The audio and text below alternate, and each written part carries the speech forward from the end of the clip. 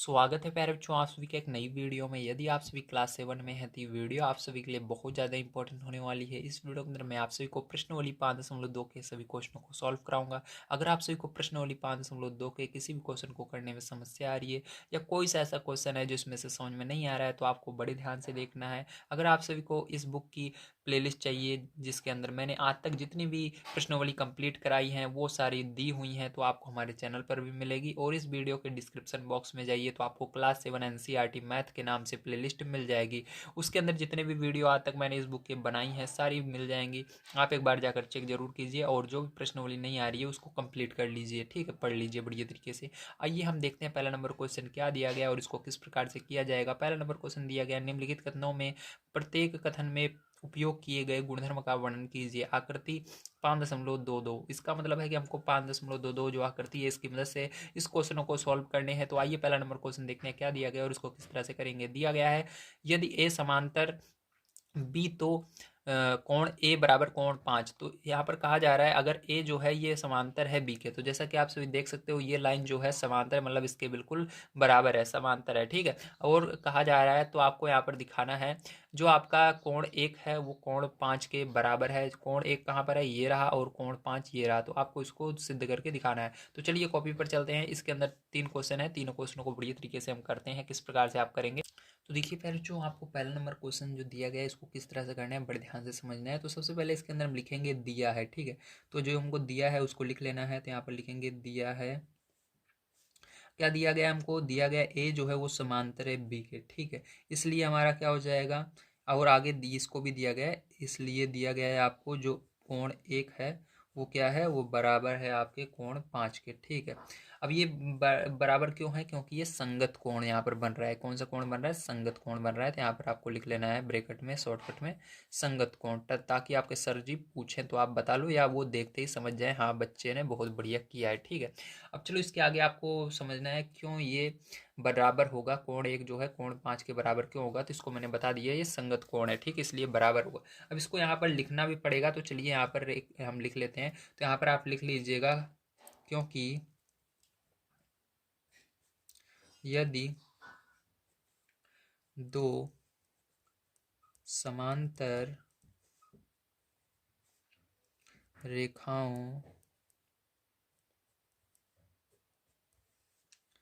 को कोई त्रियक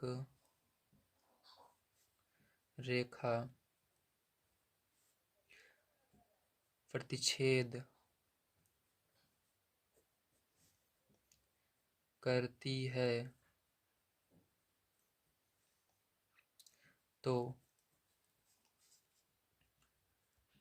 संगत कोण बराबर होते हैं।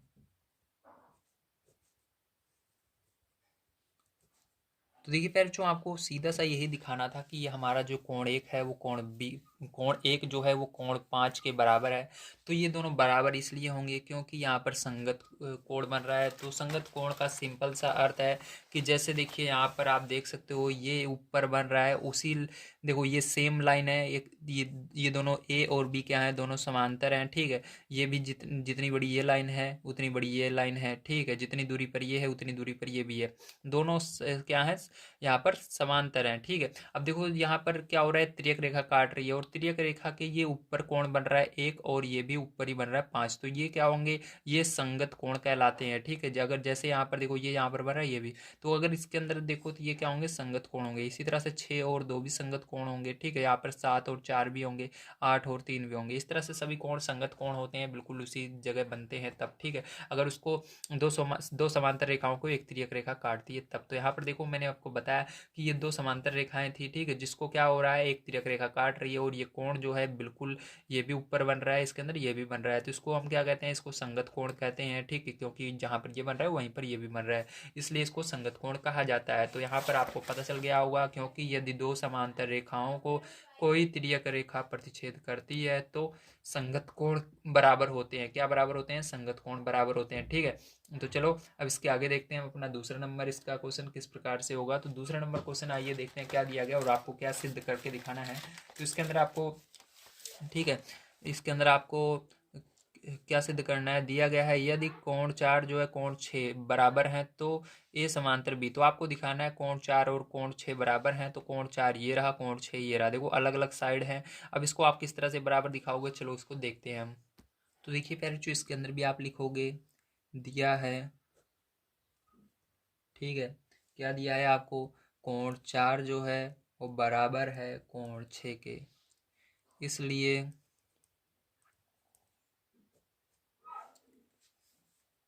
ए जो होगा, यहाँ पर आपको ये भी बताया गया है ए जो है वो समांतर है किसके, बी के, ठीक है। तो यहाँ पर देखो कोण 4 जो है कोण 6 के बराबर है, तो यहाँ पर कोण 4 जो है आपका कोण 6 के बराबर कह रहा है। तो ये क्यों है, किस रूल से है, तो इसको कहते हैं एकांतर कोण का रूल, ठीक है। तो ये एकांतर कोण बन रहे हैं दोनों, क्योंकि एक ही लाइन पर अगर एक कोण जो है दूसरी साइड बनता है, जैसे ये इस साइड बन रहा है और इसी देखो ये नीचे बन रहा है और ये ऊपर बन रहा है, ठीक, मतलब ये एक ही लाइन पर बनते हैं, एक ऊपर साइड बन रहा है, एक इसी लाइन पर नीचे की साइड, ये दो समांतर रेखाएं हैं। समांतर रेखा जो है ऊपर वाली जो समांतर रेखा है इसके ये नीचे कोण बन रहा है दूसरी साइड, और ये जो है समांतर रेखा के ऊपर दूसरी साइड बन रहा है। तो दूसरी साइड होनी चाहिए, जैसे ये इस साइड है ये इस साइड है, तो यहाँ पर क्या होगा, इसको हम एकांतर कोण कहते हैं, ठीक है। तो इसको आप अंतः एकांतर कोण कहेंगे, क्योंकि ये अंदर की ओर कोण बन रहा है, ठीक है, एक बाहर की ओर। अगर ये लाइन नहीं होती तो इसको ये अंतः एकांतर कोण नहीं कहा जाता, लेकिन ये वाली भी लाइन है इसलिए इसको अंतः एकांतर कोण कहा जाएगा।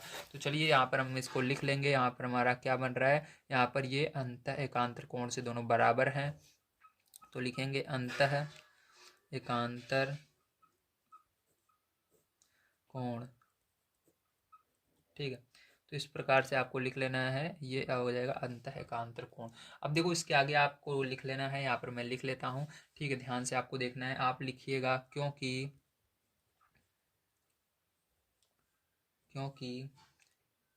यदि दो समांतर रेखाओं को कोई त्रियक रेखा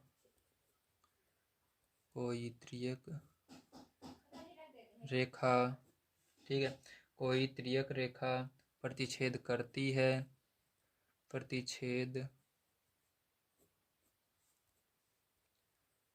है, ठीक है, तो एकांतर कोण बराबर होते हैं, तो एकांतर, ठीक है, एकांतर कोण बराबर होते हैं, तो ये हो जाएगा। और एक चीज़ याद रखिए, आप अगर यहाँ पर अंतर न लगा कर केवल एकांतर कोण लिखते हो तब भी सही होगा, कोई गलत नहीं कर सकता, ठीक है। इसको बड़े मतलब एकांतर अंतः एकांतर कोण का मतलब होता है, इसको आपको आगे पढ़ाया जाएगा, अभी आप छोटी क्लास में अगर आप एकांतर कोण लिखोगे तब भी आपका गलत नहीं होगा, ठीक है। तो ये हो जाता है कंप्लीट। चलिए इसके तीसरे नंबर क्वेश्चन पर चलते हैं, पहले जो यहाँ पर उसको भी हम करेंगे, ठीक है, जगह है। अब यहाँ पर ध्यान से देखिएगा, आपका तीसरा दिया गया है, यदि कोण 4 प्लस कोण 5 को जोड़ते हैं, मतलब हमको कोण 4 और कोण 5 को जोड़ने पर 180 अंश प्राप्त हो रहा है, तो ए समांतर बी। तो आपको ये बताना है कोण 4 और कोण 5 को जोड़ने पर 180 क्यों प्राप्त हो रहा है, ठीक है। तो चलो इसको हम भी देख लेते हैं, बढ़िया तरीके से आपको देखना है। तो यहाँ पर आप लिख दीजिएगा तीसरे में, ठीक है, तीसरे में आप लिखोगे दिया है, क्या लिखोगे, दिया है हमको कोण 4 प्लस कोण 5 को जोड़ मतलब कोण 4 और 5 को जोड़ने पर 180 अंश मिलेगा। तो ये क्यों मिलेगा, ठीक है, इसको भी मैं बताऊंगा। अभी देखो सबसे पहले यहाँ पर हम लिख लेते हैं इसलिए, ठीक है, ए जो है समांतर है बी के, आपको ये भी दिया गया। अब यहाँ पर हमको लिख लेना है, ठीक है, ध्यान से देखिएगा, यहाँ पर आप लिख लीजिएगा, चलो यहाँ पर जगह यहाँ पर लिख लेते हैं, त्रियक रेखा, चलो पहले एक बार समझ लेते हैं तो लिखते हैं, ठीक है। तो देखो कोण 4 कोण 5 को जोड़ने पर 180, तो इसका मतलब हमारा है कि कोण 4 और कोण 5 को अगर आप जोड़ोगे 180 अंश बनेगा, ठीक है। क्यों बनेगा, ध्यान से आपको सोचना है। क्योंकि ये एक तिर्यक रेखा बन रही है। देखो यहाँ पर ये तिर्यक रेखा है क्योंकि इसको काट रही है, ये दोनों समांतर रेखाओं की ये तिर्यक रेखा काट रही है। अगर तिर्यक रेखा के एक ही ओर, ठीक है, एक ही ओर जो बना कोण होता है वो अंतः कोण होता है, और अंतः कोण जो होता है उसका, उन दोनों का योग 180 अंश होता है। क्योंकि देखो ये अंदर की ओर बन रहा है, इस ये जो समांतर रेखा इसके अंदर की ओर बन रहा है, और ये भी इस समांतर रेखा के अंदर हो रही है, और अंदर की ओर बन रहा है लेकिन एक साइड बन रहा है। देखो ये भी क्या बन रहा है, इस तिर्यक रेखा के बाईं तरफ बन रहा है, ऊपर बन रहा है, और ये बाईं तरफ बन रहा है लेकिन नीचे बन रहा है, मगर ये बन एक ही तरफ रहे हैं। ठीक, अगर ऐसा होता है जैसे बगल बगल में ये बन रहे हैं तिर्यक रेखा के, ठीक है, तो यहाँ पर ये इन दोनों को जोड़ने पर 180 अंश आएगा। इसी तरह से यहाँ पर 6 और 3 को भी जोड़ोगे तो 180 अंश आएगा। तो यहाँ पर हमको 4 5 की बात हो रही है, तो यहाँ पर हम लिख देंगे तिर्यक रेखा के एक ही और बने अंतः कोण हैं। ठीक है, तो इस तरह से आप लिख दीजिएगा। चलिए अब इसके आगे हम देखते हैं इसके अंदर क्या लिखना है आपको। ठीक है, तो इसके अंदर जो लिखना है उसको मैं लिख लेता हूँ, उसके बाद आपको पढ़कर सुनाता हूँ। तो देखिए प्यार, जो आप इस तरह से लिखोगे, क्योंकि यदि दो समांतर रेखाओं को कोई तिर्यक रेखा प्रतिच्छेद करती है तो तिर्यक रेखा के एक ही ओर बने अंतः कोण संपूरक होते हैं, मतलब 180 अंश के होते हैं। ठीक है, तो मैंने आपको बताया क्यों हुए, क्योंकि एक ही ओर ये कोण बन रहे थे तिर्यक रेखा के, इसलिए ये संपूरक होंगे, मतलब 180 अंश के होंगे। तो फिर जो यहाँ पर आपका पहला नंबर क्वेश्चन पूरा समाप्त होता है। अब चलिए चलते हैं हम सेकंड नंबर क्वेश्चन पर, उसको पढ़ते हैं और उसको भी हम कर लेते हैं। अगर आप सभी स्क्रीनशॉट लेना चाहते हैं तो इसका स्क्रीनशॉट ले सकते हैं। तो चलिए अब हम देखते हैं इसके बाद नेक्स्ट क्वेश्चन किस प्रकार से किया जाएगा। ठीक है, तो चलिए देखते हैं अब हम सेकंड नंबर का क्वेश्चन। तो यहाँ पर दिया गया है आकृति 5.23 में निम्नलिखित की पहचान कीजिए। तो आकृति 5.23 आपकी ये वाली है, दूसरे नंबर वाली। इसके अंदर पहला नंबर कह रहा है संगत कोणों के युग्म, तो इसके अंदर आपको पहचान करके लिखना है। दूसरा है अंतः एकांतर कोणों के युग्म। तीसरा है तिर्यक छेदी रेखा के एक तरफ बने अंतः कोणों के युग्म, या आप कह सकते हो तिर्यक रेखा के एक तरफ बने कोण अंतः कोणों का युग्म आपको बताना है। और 4 नंबर में है शीर्षाभिमुख कोण। ठीक, इन सबको पहचान करके आपको कॉपी पर लिखना है। तो चलिए कॉपी पर चलते हैं। सबसे पहले समझते हैं कि संगत कोण क्या होता है, एकांतर कोण क्या होता है। ठीक, इन सबको समझते हुए भी चलेंगे और करते हुए चलेंगे। तो पहला नंबर आइए संगत कोण वाले को करते हैं। तो संगत कोणों के युग्म को आपको इस तरह से पहचानेंगे, और इसकी परिभाषा क्या होती है आइए देखते हैं। तो देखिए अब परिभाषा को ध्यान से समझिए। यहाँ पर देखिए संगत कोण क्या होता है। संगत कोण, जब कोई एक रेखा दो रेखाओं को काटती है तो उस स्थिति में एक ही ओर समान स्थिति में बनने वाले कोणों को संगत कोण कहते हैं। ठीक है, अब इसको हम समझेंगे, यहाँ पर ध्यान से आपको समझना है। ठीक है, तो इसके अंदर देखिए आपका संगत कोण कौन कौन सा होगा। देखो यहाँ पर क्या हो रहा है, इसके अंदर हमको आकृति 5.23 देखना है, कह रहा है। अब इसके अंदर देखिए, जब दो रेखाओं को, दो समांतर रेखाओं को क्या हो रहा है, एक तिर्यक रेखा काट रही है। ठीक है, तो इसके अंदर समान स्थिति में बनने वाले कोण, तो समान मतलब एक जैसे बनने वाले कोण। देखो ये कहाँ बन रहा है, ऊपर बन रहा है, ये भी नीचे भी ऊपर बन रहा है, तो ये दोनों क्या होंगे, ये दोनों यहाँ पर संगत कोण होंगे। इसी प्रकार देखो ये नीचे बन रहा है, ये भी नीचे बन रहा है, इसी साइड नीचे, इसी साइड नीचे। ठीक है, तो ये भी संगत कोण। ये देखो ऊपर बन रहा है इस साइड दाईं तरफ, और ये भी ऊपर बन रहा है दाईं तरफ। ये देखो दाईं तरफ नीचे बन रहा है, ये भी नीचे बन रहा है। तो ये सब क्या है, आपस में संगत कोण है। तो चलिए इसको हम लिख लेते हैं। तो यहाँ पर आप लिखिएगा पहले नंबर में संगत कोणों का युग्म। ठीक है, अब इसके बाद देखो आपको लिख लेना है सभी संगत कोणों को। तो यहाँ पर देखिए आपके सभी संगत कोण कौन कौन से होंगे। तो पहला होगा आपका, यहाँ पर नीचे लिख देता हूँ मैं। देखो मैंने अभी आपको बताया क्या, जो आपका एक से शुरू करते हैं, एक होगा ये 5 के समांतर होगा, तो एक कोण एक क्या होगा, ठीक है, कोण एक, कॉमा करके लिखना है आपको, कॉमा कोण 5। ठीक है, उसके बाद देखो यहाँ पर हम क्या करेंगे, सेमीकॉलन लगाएंगे, मतलब ये अलग हो जाएगा आपका। ठीक है, अब देखो यहाँ पर इसके बाद एक हो गया। अब इसके बाद देखो दो और क्या होगा, 6 जो है वापस में बराबर हैं। ठीक है, तो यहाँ पर लिखेंगे कोण जो 2 है, ये कोण 6 का क्या है, कोण 2 और कोण 6 क्या है, संगत कोण है। ठीक है, इसी प्रकार से देखो 3 पर चलते हैं। 3 और 7 जो हैं, तो यहाँ पर लिखेंगे 3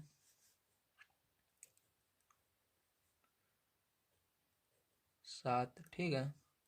और लास्ट में एक और बच रहा है, इसको लिख लेंगे 4 और 8, 4, 8।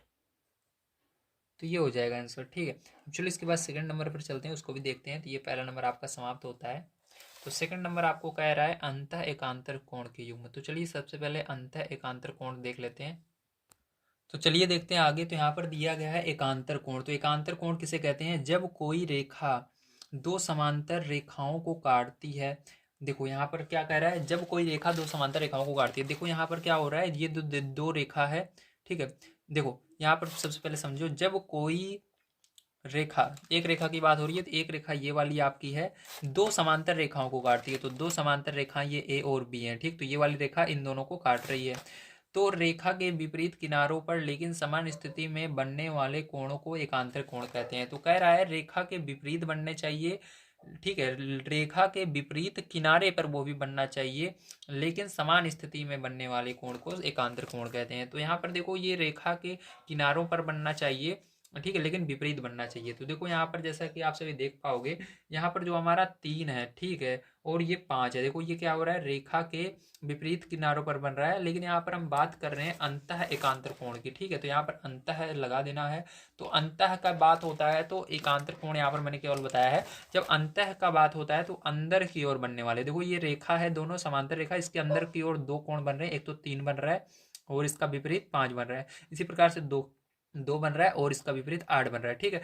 अगर बाहर वाले को भी हमको लेना होता है, अगर इसके अंदर हमको अंतः शब्द ना दिया होता ये वाला, तो हम 4 कोण लेते, लेकिन इसके अंदर हमको अंतः दिया गया, मतलब इन दोनों लाइनों के अंदर वाले कोण को लेना है। तो देखो ये 3 और 5 बराबर होंगे, 2 और 8 बराबर होंगे, ठीक है। तो चलो इसको हम लिख लेते हैं। तो देखिए अंतः एकांतर कोणों के युग्म मैंने आपको बताया कौन कौन से होंगे। कोण जो 3 है वो कोण 5 के बराबर होगा। फिर से मैं दिखा देता हूँ। तो ये वाला देखिए, ये वाला 3 जो है ये विपरीत बन रहा है, ये रेखा तिर्यक रेखा काट रही है, तो इसका इस साइड ये बन रहा है, ये नीचे इस साइड बन रहा है, ठीक है, विपरीत बन रहा है, अलग अलग दिशा में। देखो ये इधर ये इधर, तो ये हो गया बराबर। और इसी तरह 2 और 8, ये देखो ये अलग तरफ बन रहा है, ये अलग तरफ बन रहा है, तो ये भी बराबर होंगे। तो इसको लिख लेना है, ठीक है। और कोण 2, कोण 8। तो चलिए इसके आगे पढ़ते हैं, देखते हैं क्या दिया गया क्वेश्चन। देखिए आपका तीसरा नंबर क्वेश्चन यहाँ पर क्या दिया गया है, दिया गया है आपको त्रियक छेदी रेखा के एक तरफ बने अंतः कोणों के युग्म। अंतः कोण मतलब अंदर की ओर, ठीक है। तो यहाँ पर अंदर की ओर बने कोण कौन से हैं, वो भी एक तरफ होने चाहिए। 3 और 8 देखो अंदर की ओर बना है, और 2 और 5 भी अंदर की ओर बना है, ठीक है। अब ध्यान से देखना है आपको इसको किस तरह से लिखेंगे। तो चलिए इसको लिख लेते हैं यहाँ पर। तो यहाँ पर आपको इसको लिखना है 3 नंबर में, ठीक है। 3 नंबर में यहाँ पर लिख लीजिएगा त्रियक छेदी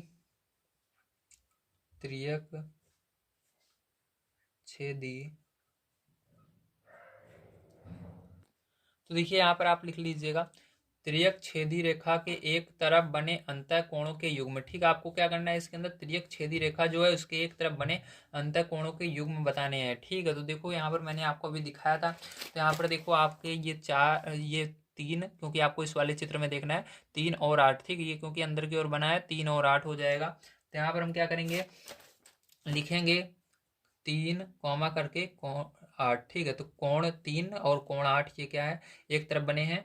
और लगा करके दूसरा नंबर देखो, दूसरी तरफ कौन कौन से कोण बन रहे हैं।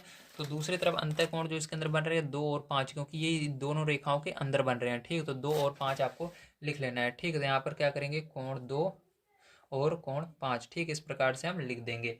अब ध्यान से देखना है। इसके बाद अगला क्वेश्चन देखते हैं हम 4 नंबर का क्या दिया गया और किस तरह से किया जाएगा।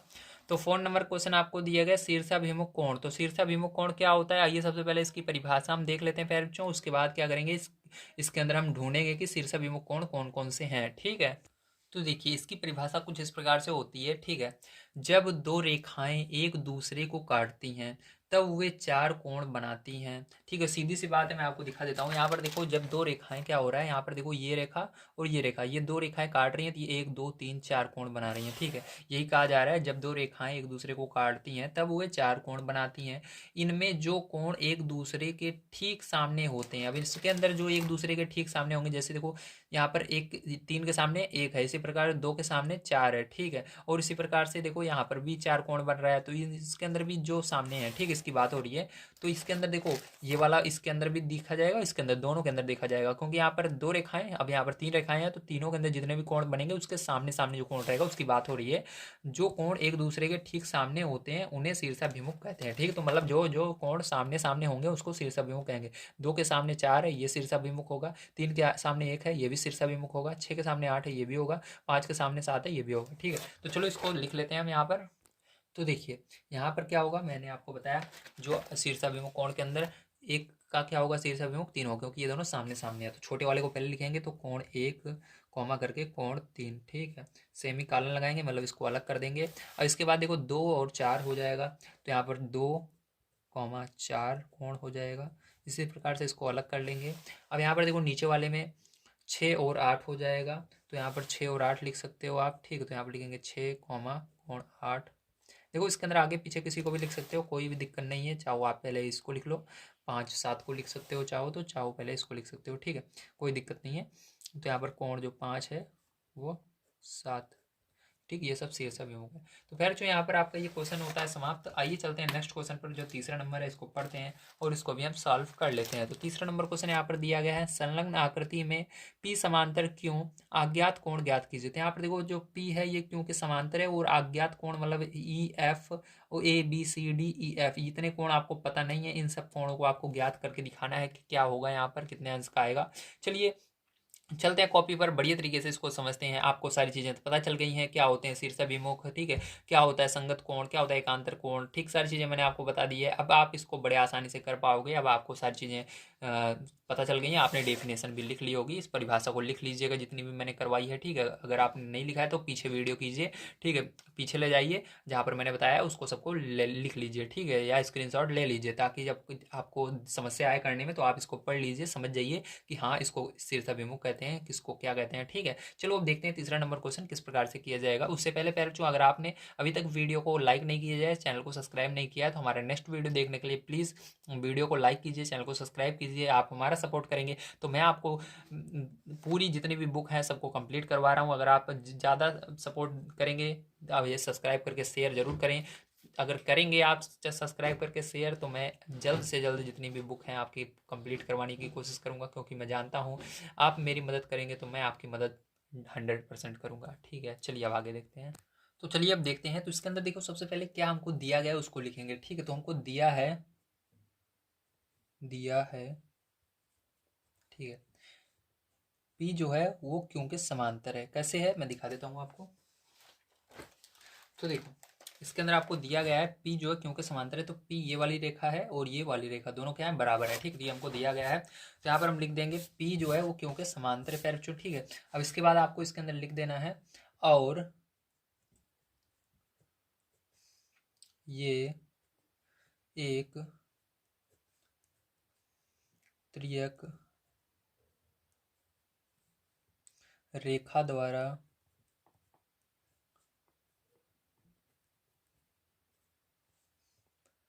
प्रतिच्छेद या प्रतिच्छेदित होती है।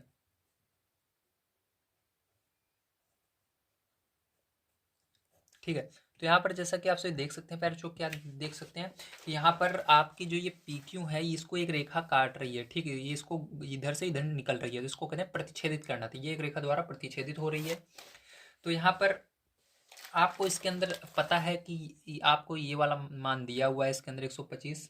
ठीक है, और आपको एक मान दिया गया 125। ठीक है, अब आपको पता है कि कोई भी जो सीधी रेखा होती है वो कितने अंश का कोण बनाती है, वो हमेशा 180 अंश का कोण बनाती है। तो यहाँ पर अब हम बात करेंगे इस वाली रेखा का। ठीक है, ये जो सीधी रेखा है तो इसकी अगर बात करें तो यहाँ पर देखो इतना 125 हो गया। अगर ये इतना और पता चल जाता तो ये सीधी रेखा मतलब ये पूरा कोण 180 अंश का होता, लेकिन हमको ये ई नंबर का जो ई जो कोण है ये नहीं पता। ठीक है, तो इसलिए हम इसको इस तरह से लिखते हैं। इसको ई को निकालने के लिए किस तरह से लिखेंगे, क्योंकि 125 अंश प्लस ई जो होगा हमारा 180 अंश होगा, क्योंकि पता है आपको अगर हम 125 जो हमको ये कोण 125 पता है, ठीक है, और जो हमारा ई है, ये दोनों अगर जुड़ जाएंगे तो हमारा ये पूरी एक लाइन बन जाएगी। मतलब ये कोण जो बनेगा एक लाइन के बराबर बनेगा, 180 अंश के बराबर बनेगा, ठीक है।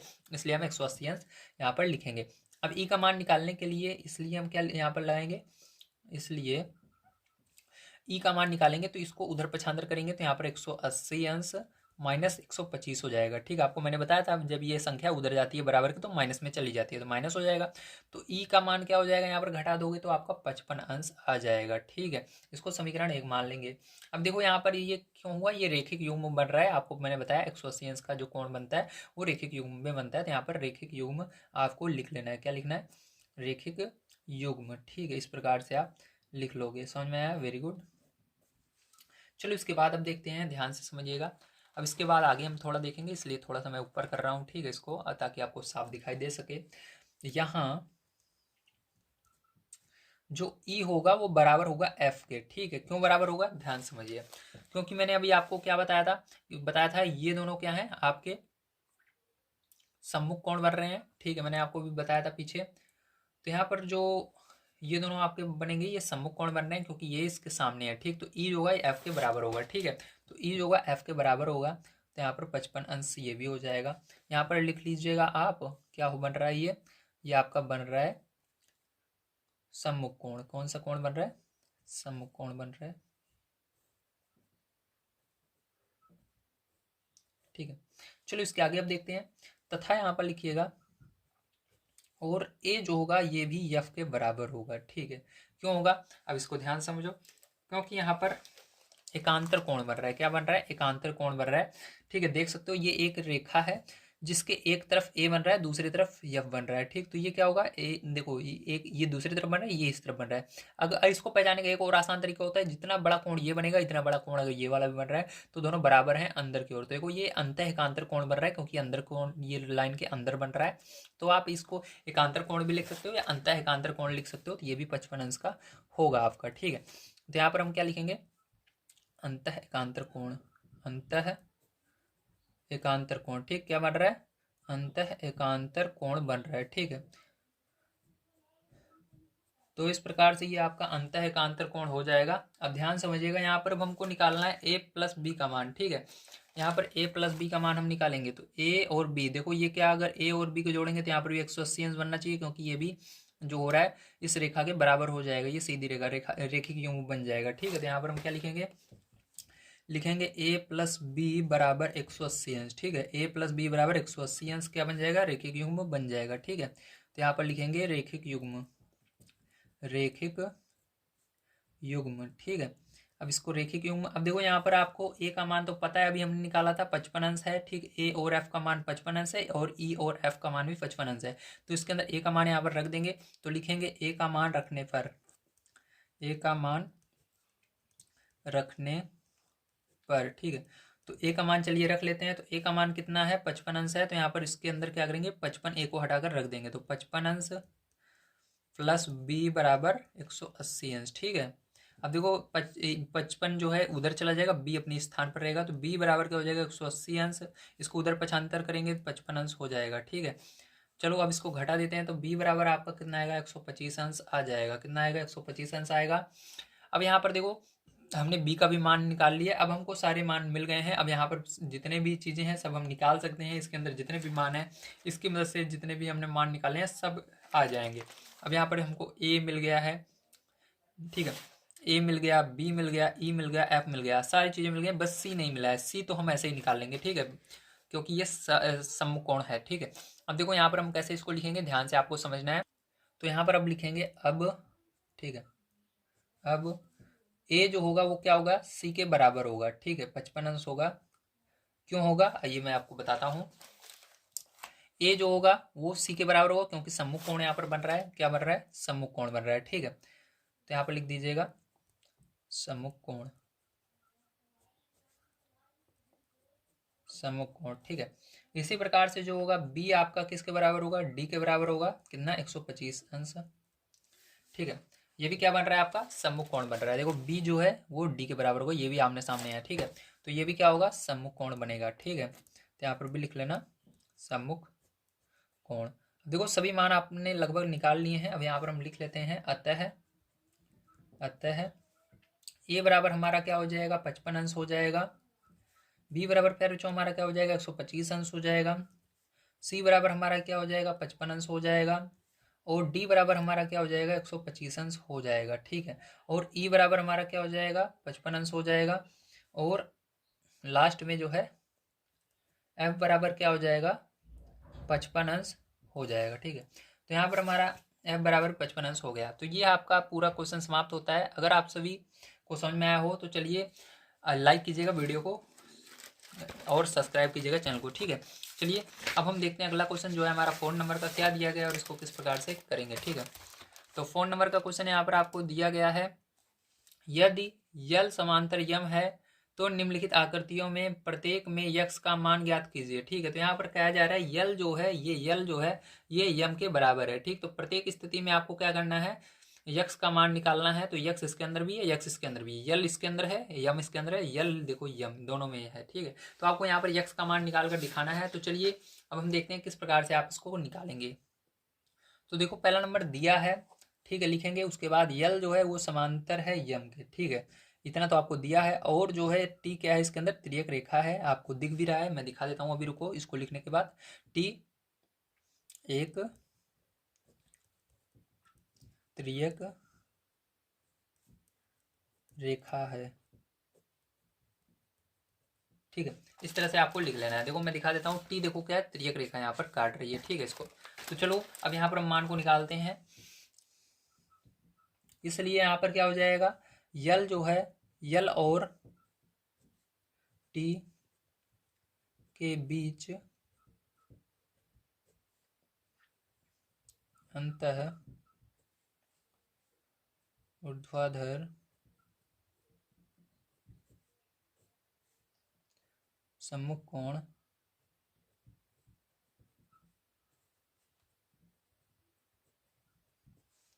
बराबर 110 अंश। ठीक है। ये हो जाएगा क्योंकि फिर जो ये आपको दिया ही गया है, देख लीजिए यहाँ पर मैंने इसको अलग से नहीं लिखा है, इसको आपको दिया गया है इसलिए मैंने लिख लिया है। ठीक है। तो इसके अंदर क्या है, इसके अंदर जो यल और टी के बीच में अंतः ऊर्ध्वाधर सम्मुख कोण होगा, या आप कहते हो सम्मुख कोण जो होगा, ठीक है, वो क्या होगा 110 अंश होगा। ठीक है। तो 110 अंश आपको दिया ही गया है। ठीक है। देख लीजिए यहाँ पर। अब यहाँ से देखिए आपको क्या करना है आगे इसके अंदर। तो यहाँ पर आप लिखेंगे, ठीक है,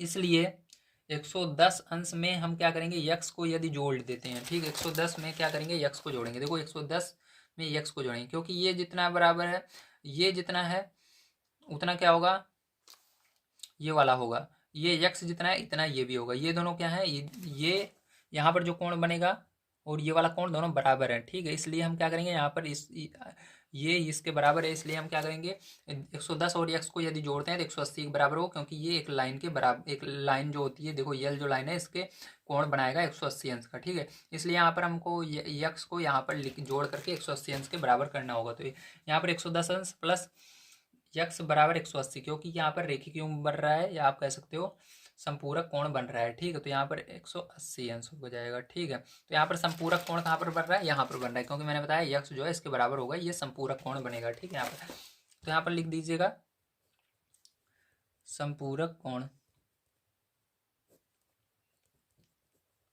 ठीक है। तो यहाँ पर संपूरक कोण ये दोनों बना रहे हैं। अब देखो इसको हल कर लेंगे हम। तो यहाँ पर क्या हो जाएगा आपका यक्स बराबर पैरचो 180 अंश, इसको उधर ले जाएंगे 110 अंश हो जाएगा। घटा दीजिए इसको तो क्या हो जाएगा यक्स बराबर आपका आ जाएगा 70 अंश। ठीक है। कितना आ गया 70 अंश आ गया। तो आपका पहला आंसर आ चुका है। चलिए इसके आगे अब देखते हैं इसका सेकंड नंबर पार्ट किस प्रकार से किया जाएगा। तो देखो अगला आपका सेकंड वाला इसके अंदर पार्ट जो है ये बहुत ही आसान है। इसके अंदर देखो दो तिर्यक रेखाएं हैं यल और यम। ठीक है। इसके अंदर देखो दो समांतर रेखाएं, हाँ इसको समांतर रेखा बोला गया है। यल और यम समांतर रेखाएं हैं और यहाँ पर ए और बी तिर्यक रेखा है। ठीक है। अब देखो इसके अंदर आपको यक्स का मान निकालना है। ये बहुत ही आसान है क्योंकि यहाँ पर देखो इस रेखा पर ही क्या हो रहा है, ये दोनों यल और यम पर ही, ठीक है, यल और यम को ए काट रहा है और इसी पर क्या हो रहा है यक्स और 100 दिए हुए हैं। तो ये जिस तरफ है इसी तरफ यक्स भी है, इसका मतलब ये बहुत ही आसान है करना। ठीक है। तो यहाँ पर ये क्या होंगे ये एकांतर कोण होंगे। ठीक है। एकांतर कोण हमेशा बराबर होते हैं। ठीक है। तो यहाँ पर आपका एक सॉरी एकांतर नहीं संगत कोण है, संगत, ठीक है, एकांतर कोण नहीं है, संगत कोण है। तो संगत कोण आपके क्या होंगे, बराबर होंगे। तो चलिए इसको कर लेते हैं, ध्यान से आपको समझना है। तो दिया है, यहाँ पर लिखेंगे यल जो है आपका क्या दिया गया है, यम के समांतर दिया गया है, और जो ए है वो क्या है, बी के समांतर है, ठीक है। अब देखो यहाँ पर इसलिए यक्स जो होगा वो क्या होगा, यक्स जो होगा वो बराबर होगा 100 के, ठीक है। क्यों होगा, क्योंकि यहाँ पर ये संगत कोण बन रहा है, मैंने आपको बताया, ठीक है, संगत कोण बराबर होते हैं, तो संगत कोण। तो चलिए इसके बाद नेक्स्ट क्वेश्चन देखते हैं पहले, जो किस प्रकार से किया जाएगा। 5 नंबर का क्वेश्चन यहाँ पर करेंगे। तो 5 नंबर का क्वेश्चन आइए पढ़ लेते हैं, देखते हैं क्या दिया गया है। तो 5 नंबर क्वेश्चन दिया गया है, दी हुई आकृति में दो कोणों की भुजाएं समांतर हैं। तो दो कोणों की भुजाएं समांतर हैं, आप देख सकते हो यहाँ पर जो है, ठीक है, दो कोणों की भुजाएं समांतर हैं। ओके, भुजाएं समांतर है भैया। तो भुजा देखो इसके अंदर जितनी ये है उतनी ये है, ये वाली जितनी है इतनी ये है, ठीक, मतलब इसके अंदर कोण बराबर नहीं कह रहा, भुजा कह रहा है। तो भुजा ये होती है, तो ये जो लाइन है देखो इसके बराबर है, और ये वाली लाइन जो है इसके बराबर है, ठीक है, ये कह रहा है। अब कहा जा रहा है यदि कोण जो है आपका ए बी सी, मतलब बीच में बी है तो कोण बी की बात हो रही है, कोण बी जो है वो 70 अंश है, ये वाला कोण 70 अंश दिया गया है। तो आपको पहला नंबर बताना है कोण डी जी सी क्या होगा, डी जी सी, ठीक है, डी जी सी। तो डी जी सी मतलब ये वाला कोण बताना है, ये जो बन रहा है ऊपर की ओर लाइन पर, और उसके बाद डी ई एफ, ठीक है, ये दो कोण आपको बताने हैं। तो चलिए इसके अंदर देखते हैं किस प्रकार से इसको करेंगे, ध्यान से समझना है आपको, ठीक है। तो देखो इसको किस प्रकार से आप करोगे, सबसे पहले आप यहाँ पर लिखिएगा दिया है, क्या लिखोगे, दिया है, ठीक है। अब इसके अंदर आपको लिखना है दिया है, उसके बाद यहाँ पर लिखिएगा ए जो है, ए बी जो है वो क्या है, समांतर है डी ई, और ठीक है बी सी एक त्रियक त्रियक रेखा है, क्या है, त्रियक रेखा है, ठीक है। तथा यहाँ पर लिखिएगा तथा कोण ए बी सी बराबर 70 अंश, ठीक है, क्योंकि ए बी सी बराबर है डी जी सी के। क्यों बराबर होगा, क्योंकि ये संगत कोण है, क्या है, संगत कोण है, ठीक है। देखो ए बी सी और डी ई एफ, या कह सकते हो डी जी सी, ये दोनों बराबर होंगे, ठीक है। भले ये छोटा कोण बन रहा है, ये बड़ा, ये देखने में बड़ी भुजा है, ये छोटी भुजा है, ठीक, दोनों बराबर होंगे। अब चलिए इसके आगे देखते हैं। तो यहाँ पर हम कह सकते हैं अगर ये दोनों बराबर हैं, ए बी सी जो है इसके बराबर है, तो यहाँ पर देखो बीच में कह रहा है बी आ रहा है, तो कोण बी का मान यहाँ पर कह सकते हो, या ए बी सी का मान आपको पहले से ही दिया गया है, इसके अंदर 70 अंश, तो ये वाला भी क्या हो जाएगा, ये वाला कोण भी जो हो जाएगा वो 70 अंश का ही बनेगा, ठीक है। तो यहाँ पर हम कह सकते हैं जो हमारा, इसलिए क्या हो जाएगा, हमारा जो कोण है डी जी सी वो क्या हो जाएगा, बराबर हो जाएगा 70 अंश के, ठीक है। तो इसको मानेंगे समीकरण नंबर 1, क्योंकि इसका आगे हमको काम लगने वाला है अभी, ठीक है। अब चलो यहाँ पर दूसरा नंबर इसका क्वेश्चन देख लेते हैं।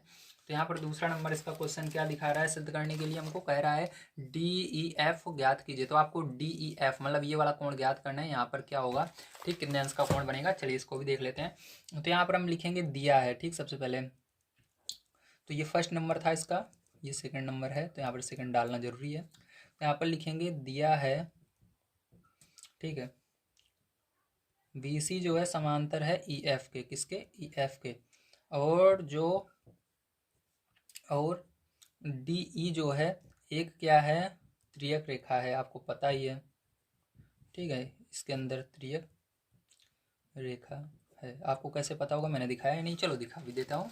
तो डी ई क्या है, इसके अंदर त्रियक रेखा है, देख लीजिए आप। तो यहाँ पर देखो डी ई क्या हो रही है, इसके अंदर त्रियक रेखा बन रही है, ठीक है, ठीक है। यहाँ पर क्या कह रहे हैं, यहाँ पर फिर से समझिए, इसके अंदर कहा जा रहा है आपको बी सी और ई एफ समांतर हैं, ठीक है। तो बी सी ई एफ कहाँ पर है, तो देखो यहाँ पर बी सी, तो बी सी, ये बी सी और ई एफ मतलब ये एक प्रकार की लाइनें हैं, देखो इस तरह से, और ये एक त्रियक रेखा की तरह काम कर रहा है। अगर इसको आप आगे और बढ़ाओ इस तरह से तो यहाँ पर आएगा, और ये त्रियक रेखा जैसे हमने पीछे इसके अंदर देखो जैसे दिख रहा है ना, ये देखो इस तरह सीधी लाइन, फिर ये काट रही है, इसी तरह देखो अगर थोड़ा सा लाइन को और बढ़ाओगे तो ये इस तरह से दो लाइनें बनेंगी और ये इसको काटेगा। इसी को कहा गया है कि यहाँ पर बी सी और ई एफ दोनों हैं बराबर हैं और समांतर हैं, और डी क्या है, एक त्रियक रेखा है, ठीक है। इसी तरह से अब यहाँ पर हम कह सकते हैं तथा हमारा जो होगा कोण DGC बराबर 70 अंश। ये मैंने अभी आपको सिद्ध करके दिखाया था। ठीक है, अब यहाँ से देखिए, अब हमारा क्या हो जाएगा, इसलिए ठीक है DGC जो होगा वो बराबर होगा कोण DEF के। ठीक है, क्योंकि संगत कोण, देखो मैंने अब क्या बताया, ये संगत कोण बनेगा। बीच में जो कोण है उसी की बात हो रही है, जी और ई की बात हो रही है, जी और ई की। ठीक है, पूरे देखने की जरूरत नहीं है, जी और ई की। तो जी और देखो ये ई, अगर आप इस लाइन को और आगे बढ़ाओगे, ठीक, तो देख रखो, देखो ये एक साइड बन रहा है, ये दूसरी साइड, तो क्या बनेगा, ये आपका संगत कोण बनेगा। ठीक है, तो यहाँ पर आप लिख दीजिएगा DGC जो है, DGC जो है DEF के संगत कोण है। ठीक है, DEF के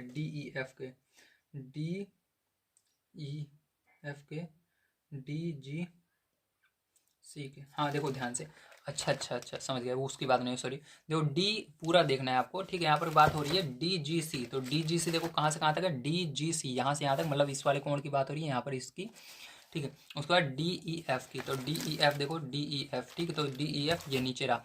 तो संगत कोण हमेशा एक ही तरफ बनता है, आपको पता ही है। तो ये देखो, ये इसके बिल्कुल सामने बन रहा है। ठीक, संगत कोण है, तो यहाँ पर ये दोनों संगत कोण होंगे। संगत कोण अगर बराबर हैं तो कोण भी बराबर होंगे, आपको पता है। तो संगत कोण जो है बराबर है, तो यहाँ पर ये जितना कोण रहेगा वो भी उतना ही होगा। ठीक है, तो ये 70 अंश था, अभी हमने निकाला था, तो ये 70 अंश है, तो ये वाला भी 70 अंश होगा। इसलिए हम यहाँ पर क्या लिख देंगे, कोण जो है DEF जो है वो क्या हो जाएगा, 70 अंश का हो जाएगा। ओके, तो ये आपका आंसर आ जाएगा समीकरण 1 से, या हमने इसका मान रख दिया है 70 अंश। ठीक है, समझ में आ गया, वेरी गुड। चलिए अब इसके बाद चलते हैं आगे 6 नंबर क्वेश्चन पर, देखते हैं क्या दिया गया और इसको किस प्रकार से करेंगे। तो देखिए 6 नंबर क्वेश्चन यहाँ पर आपको दिया गया है, नीचे दी हुई आकृतियों में निर्णय लीजिए कि क्या यल कॉमा यम के समांतर है। तो यल और यम के क्या समांतर है, इसको आपको बताना है। ठीक, देखो यल यम इसके अंदर भी है, इसके अंदर भी है, इसके अंदर भी है, इसके अंदर भी है, इसके अंदर भी, ठीक सब में, तो इसको आपको बताना है। तो चलिए एक एक करके हम देखते हैं। तो देखिए इसको जब आप जोड़ोगे, ठीक है, तो यहाँ पर देखो पहला नंबर में आपको क्या करना है, जो कोण दिए गए हैं उसको जोड़ लेना है। ठीक, तो देखो यहाँ पर 126 दिया गया और इसको 44 दिया गया, क्योंकि आपको बताना है दोनों क्या है, समांतर है, यल और यम। ठीक है, यल जो है यम के समांतर है, तो यल यम के तभी समांतर होगा जब दोनों को आप जोड़ोगे तो 180 अंश बनना चाहिए। तो दोनों को जोड़ने पर क्या 180 अंश बन रहा है, नहीं बन रहा है, यहाँ पर 170 अंश ही बन रहा है। ठीक है, तो यहाँ पर ये दोनों समांतर नहीं है, तो इसके अंदर आप लिख दोगे, तो इस तरह से आप लिखोगे, यल जो है यम के समांतर नहीं है क्योंकि तिर्यक रेखा के एक ही ओर के अंतः कोण संपूरक होते हैं। ठीक है, क्योंकि संपूरक का मतलब 180 अंश के होते हैं, तो दोनों को हमने जोड़ा क्योंकि एक ही तरफ बन रहे हैं रेखा के, लेकिन ये 180 अंश नहीं आ रहा है, तो ये हो गया आपका। चलिए अब सेकंड नंबर का देखते हैं। तो इसके अंदर भी जो दिया गया है उसको जोड़ लेना है, और इसके अंदर अगर 180 आता है तो आपको लिख देना है, हाँ ये जो है क्या कहते हैं, समांतर है। अगर नहीं आता है तो यल यम के समांतर नहीं है। तो देखिए इसके अंदर जब आपने 75 और 75 को जोड़ा तो आपका 150 आ रहा है, लेकिन ये 180 अंश नहीं है, 180 अंश से कम है। अगर एक एक अंक भी कम रहता है तो हम कह सकते हैं कि यल जो है यम के समांतर नहीं है। ध्यान रखना, एक अंक भी अगर कम रहता है तो ये 180 अंश होना ही चाहिए, तो यहाँ पर नहीं है, तो यहाँ पर लिखेंगे यल कॉमा यम के समांतर नहीं है क्योंकि ये समांतर रेखाओं के गुणधर्म का पालन नहीं कर रहा है। तो यहाँ पर देखिए इसके अंदर आपका 75 यहाँ पर था, ये 75 यहाँ पर है, तो अगर ये दोनों को जोड़ने पर क्या आना चाहिए आपका, दोनों को जोड़ने पर आपका 180 अंश आना चाहिए। तो इस प्रकार से आप लिख देंगे। चलिए तीसरा देखते हैं। तो देखिए ये वाला जो तीसरा नंबर है ये यल यम के समांतर है, क्योंकि दोनों को जोड़ने पर 180 अंश आ रहा है, इसलिए दीजिएगा यल जो है यम के समांतर है। ठीक, चलो लास्ट वाला देखते हैं।